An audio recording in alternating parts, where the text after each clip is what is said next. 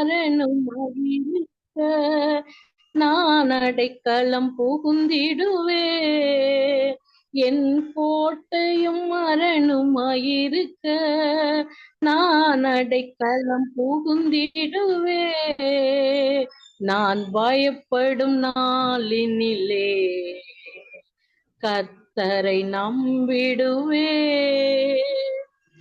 உங்களில் இருப்பவர் பெரியவரே, பரிசுத்தமானவரே. உங்களில் இருப்பவர் பெரியவரே, பரிசுத்தமானவரே. அவர் காத்திடுவா என்றும் நடத்திடுவா நித்திய காலமெல்லாம் நம்மையே. நான் பயப்படும் நாளினிலே கர்த்தரை நம்பிடுவே. என் கோட்டையும் மரணுமாயிருக்க நான் அடைக்கலம் புகுந்திடுவே. என் கோட்டையும் மரணுமாயிருக்க நான் அடைக்கலம் புகுந்திடுவே. நான் பயப்படும் நாளினிலே கர்த்தரை நம்பிடுவே. நம்மை காப்பவர் அயர்வதில்லை, உறங்குவதும் இல்லை. நம்மை காப்பவர் அயர்வதில்லை, உறங்குவதும் இல்லை. அவர் ஆலயத்தில் நான் அபயமிட்டேன், அவர் ஆலயத்தில் நான் அபயமிட்டேன். என் கூப்பிடுதல் அவர் செவியினிலே. நான் பயப்படும் நாளினிலே கர்த்தரை நம்பிடுவே. என் கோட்டையும் மரணுமாயிருக்க நான் அடைக்கலம் புகுந்திடுவே. என் கோட்டையும் மரணுமாயிருக்க நான் அடைக்கலம் புகுந்திடுவே. நான் பயப்படும் நாளினிலே கர்த்தரை நம்பிடுவே. ஆமென், ஆமென், ஆமென், ஆமென். கர்த்தருடைய பரிசுத்த நாமத்துக்கு ஸ்தோத்திரம். இந்த அருமையான வேலைக்காக நன்றியோடு ஸ்தோத்திரிக்கிறோம் ஆண்டவரே. அப்பா, இந்த வேலையில ஆண்டவரே ஏசப்பா கொடுக்க போற இந்த செய்திக்காக வருகிறோம் ஆண்டவரே. ஏசப்பா, நம்ம மாம்சத்துல இந்த வார்த்தைகள் வெளிவராதபடி பாதுகாத்து கொள்ளுங்க ஆண்டவரே. ஏசப்பா, வார்த்தைகள் வசனங்கள் மற்றவர்களுக்கு பிரயோஜனமா இருக்க கர்த்தர் கிருபை செய்யுங்கப்பா. வந்த ஒவ்வொருவரையும் ஆசீர்வதிங்க ஆண்டவரே.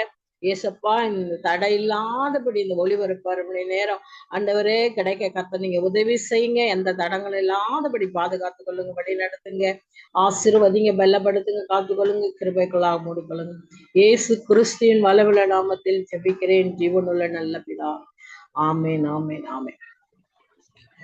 எல்லாருக்கும் இயேசு கிறிஸ்துவின் நாமத்துல உங்க எல்லாரையும் நான் வாழ்த்துகிறேன். மீண்டும் உங்களோடு கூட பேசுறதுக்கு கர்த்தர் கொடுத்த கிருபையான அந்த நல்ல வேலைக்காக நன்றியோடு ஸ்தோத்திரிக்கிறேன். இந்த அருமையான வேலையில இன்னைக்கு தலைப்பு என்ன அப்படின்னு கேட்டீங்கன்னா, தேவ சமாதானம். தேவ சமாதானம் அப்படின்னு சொல்லி நான் ஏன் இந்த தலைப்பை எடுத்தேன் அப்படின்னு கேட்டீங்கன்னா, போன வாரத்துல போன ஃபர்ஸ்ட் வீக்ல எனக்கு ஒரு ஃபோன் கால் வந்தது. என்ன அப்படின்னு கேட்டீங்கன்னா, இந்த மாதிரி எங்க குடும்பத்துல கொஞ்சம் பிரச்சனைகள் இருக்குது, ரொம்ப சண்டை பிரச்சனை இந்த மாதிரி இருக்குது, நீங்க கொஞ்சம் தயவு செஞ்சு பேசுங்க அப்படின்னு சொல்லி என்னை கூப்பிட்டாங்க. நான் பெரிய ஆளெல்லாம் கிடையாது, இதெல்லாம் பேசுறதுக்கெல்லாம் அந்த அந்த அளவுக்கெல்லாம் இது கிடையாது. இருந்தாலும் அவங்க அவங்க என்ன நம்புனாங்க. அவங்க சத்தியத்தை சொல்லுவாங்க, வசனத்தை சொல்லுவாங்க, அதன்படி அவங்க அந்த அவங்க கேட்டு அதன்படி நடப்பாங்க அப்படின்ற மாதிரி அவங்க என்ன பண்ணாங்க, என்னை கூப்பிட்டாங்க. சரின்னு நான் என்ன பண்ணேன், நானும் எனக்கு சில வசனங்கள் வார்த்தைகள் ஆண்டவர் எங்க குடும்பத்திலயும் வந்து பிரசன்னைகள்லாம் வரும்பொழுது ஆண்டவரோட பேசும்பொழுது அவர் எனக்கு வசனங்கள் எல்லாம் கொடுப்பாரு. அந்த வசனத்தின்படி வச்சுக்கிட்டு அந்த வசனத்தின்படி நான் இந்த குடும்பத்திற்குள் சமாதானத்துக்கானவைகளை தேடிக்கிட்டு அப்படி நான் இப்படி கடந்து போகும் பொழுது ஆண்டவர் கொடுத்த எல்லா அவர் எனக்கு கொடுத்த வசனங்களை எல்லாம் நான் வந்து ஒரு நோட் பண்ணி ஒரு பேப்பர்ல எழுதி வச்சுக்கிட்டு நான் வந்து அங்க போனேன், அவங்க வீட்டுக்கு போனேன். அவங்க வீட்டுக்கு போனாக்கா அவங்க வீட்டுல பாத்தீங்கன்னா அந்த பொண்ணு வந்து நல்ல ஒரு ஊழியக்காரர பொண்ணு, நல்ல ஊழியம் பண்ற பொண்ணு, நல்ல ஆண்டவருக்கு ஊழியம் செய்யுதுன்னா ஊழியத்தை செய்யுதுன்னு கேள்விப்பட்டிருக்கேன், ஒரு தடவை கூட நான் பார்த்தது கிடையாது. ஆனா அவங்க சொல்றது எல்லாம் வந்து அந்த பொண்ணு நல்லா ஊழியம் பண்ணும், சண்டே கிளாஸ் பண்ணும், விபிஎஸ் நடத்தும், மெசேஜ் கொடுக்கும், ஒவ்வொரு இடத்துல கூட்டிட்டு போய் மெசேஜ் கொடுக்க வைப்பாங்க, அப்படி இப்படின்லாம் அவங்க சொல்லும்போது அப்போ எனக்கு ரொம்ப ஓரளவு சந்தோஷமா இருந்துச்சு. பெரிய கஷ்டம் கொடுக்க மாட்டான் அந்த பொண்ணு நமக்கு, நம்ம ஈஸியா அந்த வசனங்கள்லாம் சொன்னா ஓரளவு ஏத்துக்குவா. ஏன்னா ஏற்கனவே அவளுக்கு வசனம் தெரிஞ்சதுனால நம்ம பெருசா சமாதானத்தை குறிச்சு பெருசாரம் பேச வேண்டிய அவசியம் வராது அப்படின்னு சொல்லிட்டு நான் ரொம்ப எனக்கு கொஞ்சம் பயம் இல்லை, கொஞ்சம் சந்தோஷமா போனேன். போயிட்டோன்னே அவங்க வீட்டுக்கு போனோன்னா அவங்க என்ன பண்ணாங்க, இருங்க ஒரு ரெக்கார்ட் பண்ண ஒரு காரியம் ஒண்ணு இருக்குது, அதை கேட்டுக்கங்க, அதுக்கு மேல நீங்க பேசுங்க அப்படின்னாங்க. சரி போடுங்க கேட்கலாம் அப்படின்னு சொல்லிட்டு நான் இந்த ரெக்கார்டு அவங்க போட்டாங்க, நான் கேட்டேன். அதுல என்னன்னு கேட்டீங்கன்னா ஒரு 1/2 கூடி இருக்கு. அந்த 1/2 என்ன செஞ்ச மாமியார அப்படியே திட்டி இருக்கிறாவோ, எப்படி இப்படிதான் பேசணும்ட்டு இல்ல, ஒரு வயசுக்கு கூட ஒரு மரியாதை கொடுக்கல, அவங்களை என்ன பேச அந்த மாதிரி ஒரு சாபம் சபிக்கிறது, அவங்கள வந்து எவ்வளவு கேவலமா பேச முடியுமோ வாடி போடின்ற லெவலுக்கு அவங்க அந்த மாதிரி அந்த ரெக்கார்ட் பண்ணி இருக்கிறாங்க. கிட்டத்தட்ட அந்த சண்டை நடக்கும்போது ஒரு 6-7 பேர் அங்க இருந்திருக்கிறாங்க. ஆனா யாருடைய குரலும் அந்த கேசட்ல பதிவாகல, இந்த பொண்ணோட குரல் மட்டும்தான் பதிவாயிருக்கு. இப்படி கேட்டோன்னே எனக்கு ரொம்ப மனசு உடைஞ்சு போச்சு. நான் ஊழியக்கார பிள்ளை, ஊழியம் பண்ற பிள்ளை அப்படின்னு சொன்ன உடனே நமக்கு பெருசா வேலை இருக்காதுங்க அப்படின்னு நான் நினைச்சேன். கடைசியா பார்த்தா இதை கேட்டோன்னா எனக்கு சுத்தமா வாய் வரல, என்ன பேசுறதுன்னே தெரியல, இந்த பொண்ணுகிட்ட என்ன சொல்றதுன்னே எனக்கு தெரியல. ரொம்ப கஷ்டப்பட்டேன். கர்த்தருடைய பிள்ளைங்க வந்து மத்தவங்களுக்கு நம்ம சாட்சியா இருக்கணும். அந்த சாட்சி நம்ம கிட்ட இல்ல அப்படின்னா நம்ம என்னங்க ஊழியம் பண்றோம், நம்ம என்ன ஊழியம் பண்றோம், நம்ம கிட்ட சாட்சி இல்லைன்னா அப்புறம் என்ன ஊழியம் இருக்குது அதுல. ஆனா நமக்கு பிரச்சனைகள் வரும் தான், வராமலாம் இருக்காது. நம்ம என்ன கேருபீன்களா, கர்த்தருடைய சமூகத்தில் நிக்கிற கேருபீன்களா நம்ம அவ்வளவு பரிசுத்தமா வாழ்றதுக்கு இல்ல, பிரச்சனைகள்லாம் வரும். ஆனா வசனம் என்ன சொல்லுது, நீதிமான் 7 முறை விழுந்தாலும் எழுந்திருப்பான்னு இருக்குது. எழுந்திருக்கணுங்க, நம்ம விழுந்த இடத்துல விழுந்து அங்கேயே கிடக்க கூடாது, நம்ம எந்திரிக்கணும். நம்ம எந்திரிச்சு நாம எதற்காக அழைக்கப்பட்டிருக்கிறோமோ அந்த அழைப்புல உண்மையும் உத்தமமா நம்ம ஓடணும். பாருங்க, சவுல் வந்து வந்து தமஸ்குக்கு போறாரு. தமஸ்குக்கு போய் புதுசா இயேசு கிறிஸ்துவ தெய்வமா கொண்ட ஜனங்களை சந்திச்சு, யூதர்கள் வந்து இயேசுன்ற ஒரு தெய்வத்தை சந்திச்சு அவங்க அவரை ஏற்றுக்கொண்டு அவரை தெய்வமா ஏற்றுக்கொண்டு இருக்கிறாங்கன்னு ஒண்ணு, இவர் என்ன செய்யறாரு, அவங்களுடைய பேரு அட்ரஸ் எல்லாத்தையும் வாங்கிட்டு போயிட்டு கொல்ல போடுறாரு. அவங்கள என்ன பண்றாரு, கொல்ல போறாரு. அப்படி இருக்கிற சமயத்துல ஆண்டவர் சந்திக்கிறார், ஏசப்பா வந்து சந்திக்கிறாரு. என்ன சந்திக்கிறாரு, அப்போஸ்தலர் 9ஆம் அதிகாரம் 4-5 பாத்தீங்கன்னா சவுல் வந்து, அது உங்களுக்கு தெரியும், சவுல் வந்து ஆண்டவர் சந்திச்சோன்னா அந்த பெரிய வெளிச்சம் வந்தோன்னா சவுல் என்ன பண்றாரு, தரையில கீழே விழுந்துட்டாரு. கீழே விழுந்தோடனே சொல்ற, சவுலே சவுலே அப்படின்னு சொல்லி கூப்பிடுறாரு. கூப்பிடும் பொழுது ஆண்டவரே நீங்க யாருன்னு சொல்றாரு. கேட்கும் பொழுது அவர் சொல்றாரு, நீ என்னை ஏன் துன்பப்படுத்துகிறாய் அப்படின்னு கேட்கிறாரு. என்னை துன்பப்படுத்துகிறாய்ன்னு கேட்கிறார். யாரங்க துன்பப்படுத்தினாரு? சவுல் யார துன்பப்படுத்தினாரு? கிறிஸ்துவ ஏற்றுக்கொண்டவங்களதான் துன்பப்படுத்தினாரு. இயேசுவையா துன்பப்படுத்தினாரு? ஆனா இயேசு சொல்றாரு, என்னை ஏன் துன்பப்படுத்துகிறாய்ன்னு கேட்கிறாரு. நீ துன்பப்படுத்துகிற இயேசு நானே. அப்போ இதுல என்ன சொல்ல வர்றார் அப்படின்னா, கர்த்தருடைய ஒவ்வொரு பிள்ளைங்களும் இயேசு மாதிரி, இயேசு மாதிரி. அவர் இயேசு, இப்போ சவுல அடிச்சு கொல்றாருன்னா யார கொல்றாருன்னு இவர் சொல்றாரு. ஏசப்பா அவர் வாயில என்ன சொல்றாரு? என்ன நீ துன்பப்படுத்துற, என்ன நீ கஷ்டப்படுத்துற, என்ன நீ அடிக்கிற, என்ன கொலை பண்ற அப்படின்னு சொல்லி அந்த ஆண்டவர் சவுலோட பேசுறாரு. இப்ப பாருங்க, நாம யாருகிட்டயாவது முறை தவறி பேசினாலோ, இல்ல மரியாதை இல்லாம பேசினாலோ, அவங்களுக்கு சாபம் விட்டாலோ, அவங்கள கஷ்டப்படுத்தினாலோ யார செய்யறோங்க நம்ம? ஏசப்பாவை தான் செய்யறோம். ஏன்னா நம்ம தேவ சாயல்ல உண்டாக்கப்பட்டிருக்கோம். தேவ சாயல்ல உண்டாக்கப்பட்டிருக்கோம். அவரே சொல்றாரு, இதோ உலகத்தின் முடிவு பரியந்தம் சகல நாட்களில் நான் உங்களோடு கூட இருக்கிறேன்னு சொல்றாரு. அப்ப நம்ம கூட அவர் இருக்கும் பொழுது யார வெட்கப்படுத்துறாங்க? யார துக்கப்படுத்துறோம்? யார கஷ்டப்படுத்துறோம்? பைபிளை வாசிட்டு ஜெபம் பண்ணிட்டு கர்த்தருடைய சமூகத்துல போய் நம்ம திருவிருந்துல பங்கு கொண்டுட்டு இவ்வளவு காரியங்களை செய்கிற நாம நம்ம நம்ம தேவசாயலா உண்டாக்கப்பட்ட ஒவ்வொரு மனுஷரையும் பாருங்க, நிறைய குடும்பங்களில பிரச்சனை, நிறைய குடும்பங்கள பிரச்சனை. ஒரு கணவன் மனைவிக்கு பிரச்சனை, மாமியார் மருமகளுக்கு பிரச்சனை, பிள்ளைகள் தாய்க்கு குடும்பத்துல பிரச்சனை. யாருமே யாரையுமே மதிக்க மாட்டேன்றாங்க. யாருமே அதுக்குள்ள கனத்தை கொடுக்க மாட்டேன்றாங்க. என்ன பண்றதுன்னே தெரியல. இந்த காலத்துல பாத்தீங்கன்னா ரொம்ப மோசமா இருக்குது. எங்க வீட்டுக்கிட்ட ஒருத்தவங்க எங்க வீட்டுல தைக்கிறதுக்கு வருவாங்க. ஒரு முஸ்லீம் அம்மா. இந்த அம்மா என்ன சொன்னாங்க, நீங்க ப்ரேயர் பண்ணுவீங்கல்ல அப்படின்னு கேட்டாங்க. ஆமா நாங்க பண்ணுவோம் அப்படின்னு சொன்னாங்க. அப்போ அவங்க என்ன சொன்னாங்க, என் பொண்ணுக்காக நீங்க ப்ரேயர் பண்ணுங்க அப்படின்னாங்க. என்னம்மா உங்க பொண்ணுக்கு பிரச்சனை அப்படின்னு கேட்கும்போது அவங்க சொன்னாங்க, என் பொண்ணுக்கு டைவர்ஸ் வேணும், நீங்க ப்ரேயர் பண்ணுங்க அப்படின்னாங்க. நான் சொன்னேன், எதுக்கு டைவர்ஸ், என்ன ஆச்சு, எதுக்கு அப்படின்னு. இல்லங்க, எனக்கு ஒரே ஒரு பொண்ணுதான், எனக்கு இப்ப நான் தனிமையா இருக்கிறது எனக்கு கஷ்டமா இருக்குது, என் பொண்ணு என் கூட இருக்கணும், என் பொண்ணோட சம்பாத்தனையில தான் நான் சாப்பிடணும், எனக்கு வழி கிடையாது, அதனால என் பொண்ணுக்கு டைவர்ஸ் கிடைக்கணும், என் பொண்ணு என் கூட இருக்கணும். அப்ப நான் சொன்னேன், நீங்க பேசுறது நியாயமா இருக்குதா?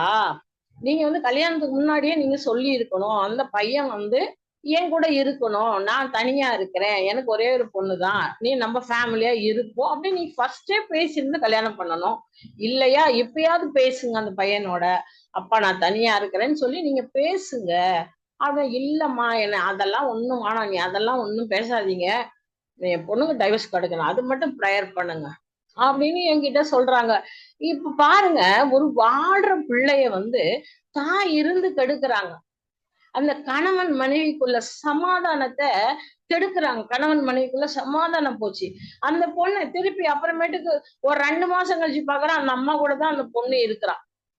பாருங்க, அந்த பொண்ணோட வாழ்க்கை கெட்டு போகுதே, அவ வாழ முடியாம போறாளேன்னு ஒரு தாய்க்கு பாரம் இல்லைங்க.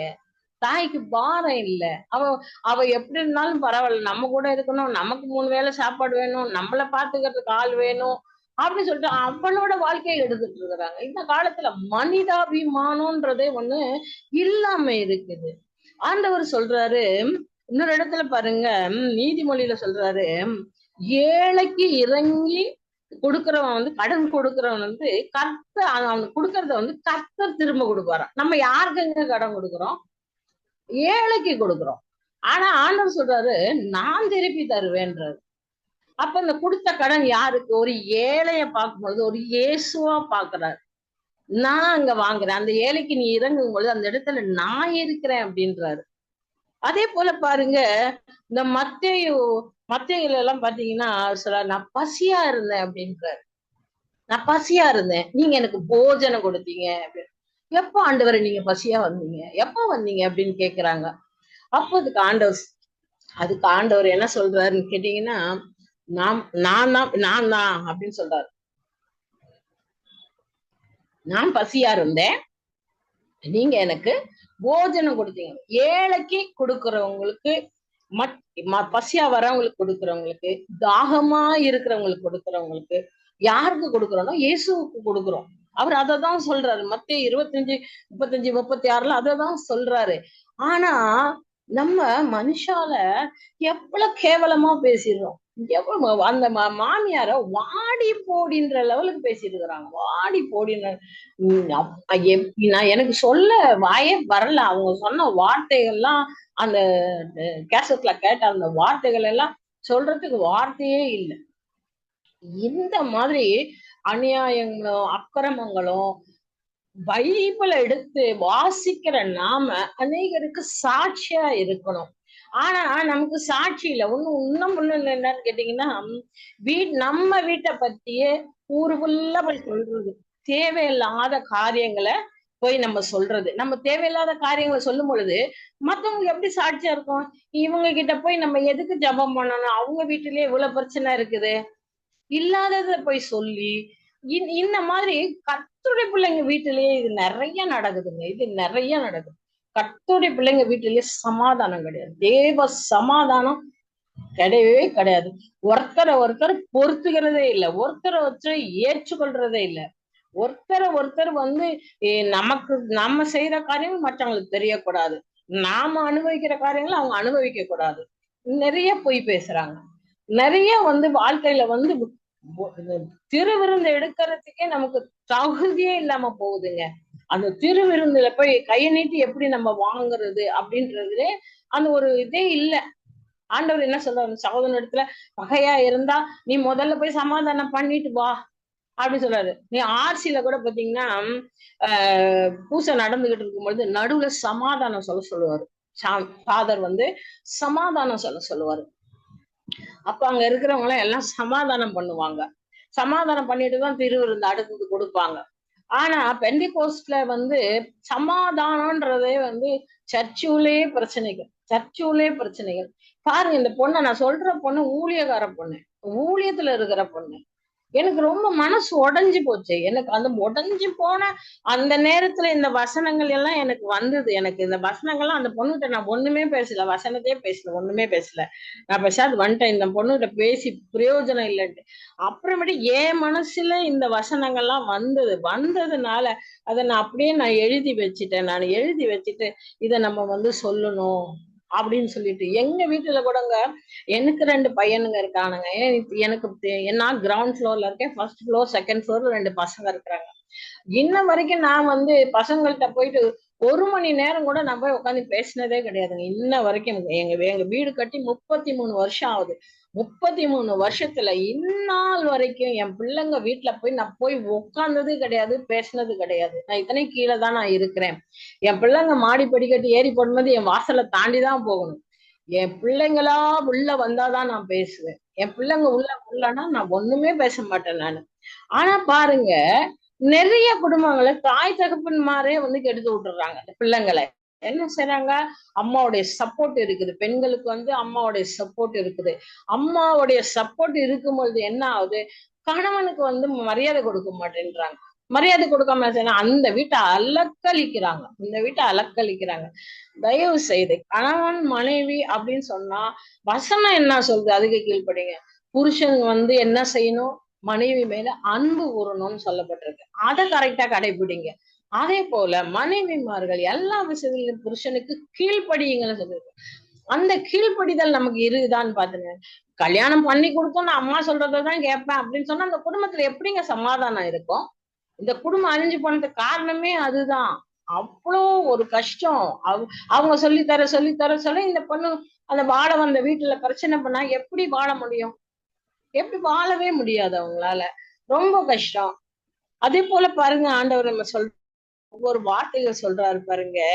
நான் அந்நியனா இருந்தேன், நீங்க என்ன சேர்த்து கொண்டீங்க. நான் வஸ்திரம் இல்லாது இருந்தேன், நீங்க எனக்கு வஸ்திரத்தை கொடுத்தீங்க. நான் வியாதியஸ்தனா இருந்தேன், நீங்க விசாரிக்க வந்தீங்க. நான் காவலில் இருந்தேன், பார்க்க வந்தீங்க. எங்கெங்க இருந்தாரு ஏசப்பா இந்த இடத்துல எல்லாம்? எங்கெங்க இருந்தாரு? பசியா இருந்தாரா? பூமியும் அதன் நிறைவும் கர்த்தருடையது. அவர் எப்படிங்க பசியா இருப்பாரு? ஏழைங்க, அந்த பசியா இருக்கிறவங்க நம்ம ஏசப்பாவுக்கு கொடுக்குற மாதிரி சாப்பாடு நம்ம கொடுக்குறோம்.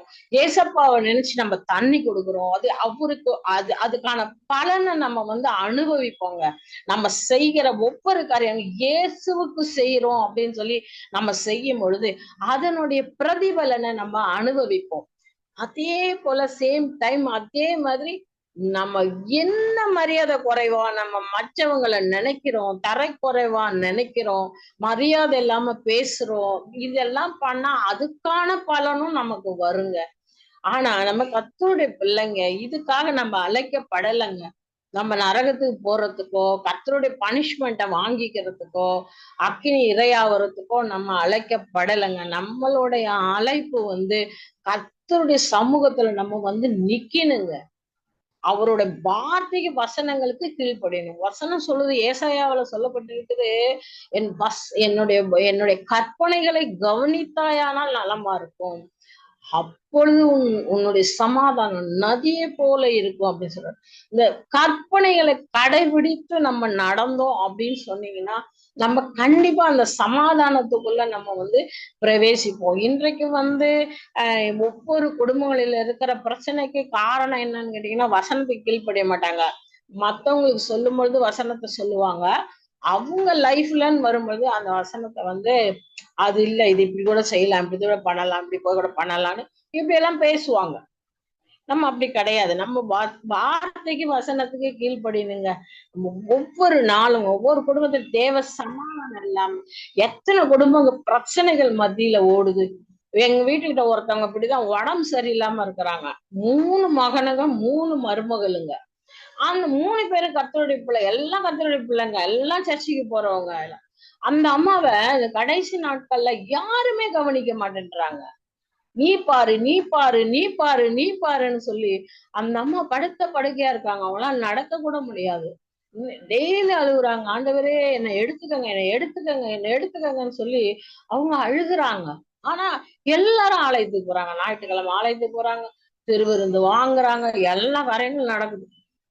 அவங்க அம்மா மூச்சு பேச்சு இல்லைங்க. ஒரு ஞாயிற்றுக்கிழமை திடீர்னு அவங்களுக்கு மூச்சு பேச்சு இல்லாம ஆயிடுச்சு.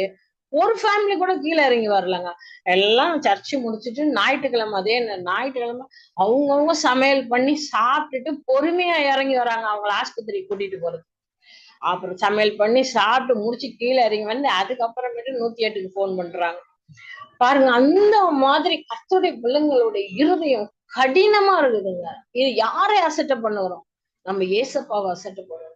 ஒவ்வொரு மனுஷனும் தேவ சாயல்ல இருக்கிறான் அப்படின்றத வந்து நம்ம மனசுல வந்து நிக்க வைக்கணுங்க. நம்ம வந்து சொன்னது போல நம்ம கேர்வின்கள் கிடையாதுங்க. அப்படியே பரிசுத்தமா இருக்கிற நம்ம கேர்வின் கிடையாது. நம்ம மனுஷாள் தான். நம்ம விழதான் செய்வோம். நம்ம ஏன் ஒவ்வொரு ஆண்டவருக்கு நல்லா தெரியும். மனுஷனுடைய இருதயம் நித்தமும் பொல்லாதா இருக்குன்னு ஆண்டவருக்கு தெரியும். தயவு செஞ்சு எழுந்திருப்போம். அன்னன்னைக்கு வசனத்தை படிச்சு அந்த வசனம் இன்னைக்கு என்ன சொல்லுது, சரி இந்த வசனத்துக்கு நம்ம இன்னைக்கு கீழ்ப்படிவோம், இந்த நாளைக்குள்ளத நம்ம கீழ்ப்படிவோம் அப்படின்னு சொல்லி நம்ம கீழ்ப்படியணுங்க. அப்படிதான் ஒரு ஒரு ஒரு இதுல வந்து நான் ஒரு கதை யூடியூப்ல ஒரு கதை ஒண்ணு பார்த்த பாருங்க. ஒரு மாமியாருக்கு மருமகளுக்கு இதே மாதிரி தான் தகராறு நடந்துகிட்டே இருந்ததாம். அந்த பொண்ணு என்ன பண்ணாலும் அவங்க அம்மாட்ட போய் சொல்லிருக்காங்க, மாமியார் சும்மா சண்டை போடுறாங்கம்மா, எனக்கு ரொம்ப கஷ்டமா இருக்குது அப்படின்னு சொல்லி சொன்னாங்களாம். அதுக்கு அந்த அம்மா என்ன சொன்னாங்களாம், நீ பேசாதம்மா, அது சண்டை தானா நின்னுடும், நீ பேசாத அப்படின்னாங்களாம். அது எப்படி பேசாம இருக்காது, அவங்க என்னை பத்தி இப்படி சொல்றாங்க அப்படி சொல்றாங்க அப்படின்னு சொல்லிட்டு சரி நாளைக்கு நான் உனக்கு ஒரு உனக்கு ஒண்ணு ஐடியா தரேன் அப்படின்னு சொல்லிட்டு என்ன பண்ணாங்களாம், மறுநாள் ஒரு இது ஒரு பாட்டில்ல தண்ணி கொடுத்தாங்களாம். இது மந்திரிச்ச தண்ணிமா, இதை நீ என்ன பண்ண, உங்க மாமியார் சண்டை போடுற நேரத்துக்கு என்ன பண்ணிட்டு வாயில ஊத்திக்கோ அப்படின்னாங்களாம். சரின்னு என்ன பண்ணாங்களாம், அந்த அம்மா அதே மாதிரிதான் மறுநாள் மாமியார் சண்டை போடும்போது இந்த பொண்ணு மருமக என்ன பண்ணிட்டா, ஓடி போய் தண்ணிய வாயில ஊத்திக்கிச்சான். தண்ணிய வாயில ஊத்திட்டு கம்முன்னு இருந்துதான். இந்த மாதிரி 2-3 தடவை நடந்ததாம். 3வது தடவை அப்புறம் அந்த அம்மா மாமியார் பார்த்தாங்க, எது பேசினாலும் அவ பேச மாட்டேன்றா, எதுக்கு சும்மா நம்ம கத்திட்டு இருக்கணும்னு சொல்லிட்டு அவங்க வாயை மூடிட்டாங்களாம். மூடிட்டோன்னா அப்ப இந்த பொண்ணு போய் அம்மா கிட்ட சொல்லிச்சான், அம்மா நீங்க கொடுத்த தண்ணி நல்லா வேலை செஞ்சதுமா, நீங்க எங்க மந்திரிச்சு வாங்கி கொடுத்தீங்களோ அதை வந்து இன்னும் ஒரு பாட்டில் எனக்கு வாங்கி கொடுங்கம்மா அப்படின்னு சொல்லி அவ கேட்டாளாமா. அதுக்கு அந்த அம்மா சொன்னாங்களாம், மந்திரிச்ச தண்ணியும் கிடையாது, ஒண்ணும் கிடையாது, இது சாதா தண்ணி தான். யாராவது ஒருத்தர் சண்டையில வாயை மூடினாலே சண்டை பிரச்சனைகள்லாம் வராது. அதனால நான் உனக்கு சும்மா சொன்னேன், நீ இதே மாதிரி அவங்க பேசினா பேசிட்டு போட்டு நீ அமைதலா இருந்தீன்னா பிரச்சனையே வராது. அதனால நீ அந்த மாதிரி இருமா அப்படி சொன்னா. ஆனையில இருந்து அந்த பொண்ணு அதை ஃபாலோ பண்ணினாங்க சொல்லிட்டு அந்த கதையை நான் படித்தேன். அதே போல குடும்பங்களை நடக்கிற சண்டைகளை பிரச்சனைகளை யாராவது ஒருத்தர் வாயை மூடிட்டாலே பிரச்சனைகள் ஓவர். ஆனா கர்த்தருடைய பிள்ளைங்க வீட்டுல ரொம்ப நடக்குது, நிறைய நடக்குது. யாரை போய் பார்த்தாலும் பிரச்சனை பிரச்சனை பிரச்சனை பிரச்சனை பிரச்சனை, எங்க போனாலும் பிரச்சனை. அதை விட என்ன ஒண்ணு என்ன கேட்டீங்கன்னா, ஒருத்தட்ட விஷயத்த வாங்கிக்குவாங்க, அவங்க வந்து இருக்கிற ஆதகத்துல எல்லாத்தையும் சொல்லிடுவாங்க. சொன்னோன்னா அதை எடுத்துட்டு போய் இன்னொருத்தட்ட போய் சொல்லுவாங்க. அவங்க என்ன செய்வாங்க, திருப்பி அவங்க கிட்டயே வந்து கேட்பாங்க, ஆமா உங்க வீட்டுல எப்படி ஆம்பளை பிரச்சனை. அப்ப எப்படி இருக்கும் பாருங்க, அந்த வீட்டுலோட நிலைமை எவ்வளவு மோசமா இருக்கும்னு நினைக்கிறீங்க?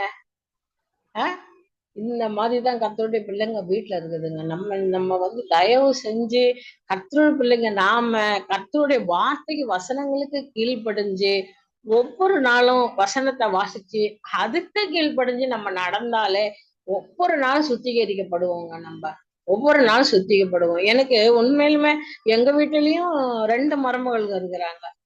எங்களுக்கும் சில பிரச்சனைகள் வரும்போது ஆண்டவருடைய சமூகத்துல வரும்பொழுது எனக்கு சில காரியங்களை ஆண்டவர் உணர்த்துவாரு. நீ இப்படி நட, நீ இப்படி நட, இந்த வசனத்தை ஃபாலோ பண்ணு அப்படின்னு எனக்கு சொல்லுவாருங்க. வசனம் தான் இந்த வசனமும். நீ ஒவ்வொருத்தரையும் இயேசுவா பாரு. உன்னால மற்ற ரகமா பேச முடியாது. நீ அவங்கள வந்து தூசணமா சொல்ல முடியாது. அவங்கள பத்தி அவதூறா பேச முடியாது. அவங்களுக்கு விரோதமா நீ எந்த காரியத்தையும் செய்ய முடியாது. நீ இந்த வசனத்தை ஃபாலோ பண்ணி எனக்கு ஆண்டவர் இந்த காரியங்களை எனக்கு சொன்னாரு. நிறைய காரியங்கள் வந்து சொல்லி கொடுத்தாரு. அதே போல பாருங்க, சகரியாவுல ஒரு வசனம் சொல்றாரு, உன்னை தொடுகிறவன் அவருடைய கண்மணியை தொடுகிறான். நம்மள யாராவது தொட்டா நம்மள தொடலையா, அவரை கண்ணை தொடுறோம். அப்போ நம்ம இனிமே திட்டுனா யார திட்டுறோம்? ஏசப்பாவை திட்டுறோம். யார கோச்சுக்கிறோம்? ஏசப்பாவை கோச்சுக்கிறோம். ஒரு யோகா மாஸ்டர் சொல்றாருங்க, ஒரு யோகா நடத்துறவர் சொல்றாரு, உங்களுக்கு கோவம் வராதான்னு ஒரு ஆள் கேட்டாரு. சொன்னாரு, ஏன் கோவம் பண்ணுமா அப்படின்னு கேட்டாரு. இல்ல உங்களுக்கு கோவம் வராதா அப்படின்னு. நம்ம கிட்ட இருக்குதுங்க கண்ட்ரோலு. கோவப்படணும்னா படலாம், சிரிக்கணும்னா சிரிக்கலாம், அழுகணும்னு நினைச்சா அழுகலாம், சந்தோஷமா இருக்கணும்னு நினைச்சா சந்தோஷமா இருக்கலாம். இந்த செல்ஃப் கண்ட்ரோல் நம்ம கிட்ட இருக்குது. நம்ம கிட்ட இருக்குது அந்த ரிமோட்டு. அந்த ரிமோட்டை நீங்க யூஸ் பண்ணுங்க. அதை விட்டுட்டு அவங்க கோவப்பட்டா நம்ம கோவப்படணுமா, அவங்க சண்டை போட்டா நம்ம சண்டை பண்ணணுமா, அவங்க நம்மள கேவலமா பேசினா உடனே நம்மளும் கேவலமா பேசுறாமா? எதுக்குங்க இது? இந்த தேவ சமாதானம் நம்ம குடும்பத்துல ஆளுகை செய்யணும் அப்படின்னா நம்ம டெய்லி கர்த்தருடைய வசனத்துக்கு கீழ்ப்படிஞ்சு நம்ம நடந்தாதான் தேவ சமாதானம் நம்ம குடும்பத்தை ஆளுகை செய்யும். ஆளுகை செய்ய நம்ம விட்டு கொடுப்போமா? ஆமென்.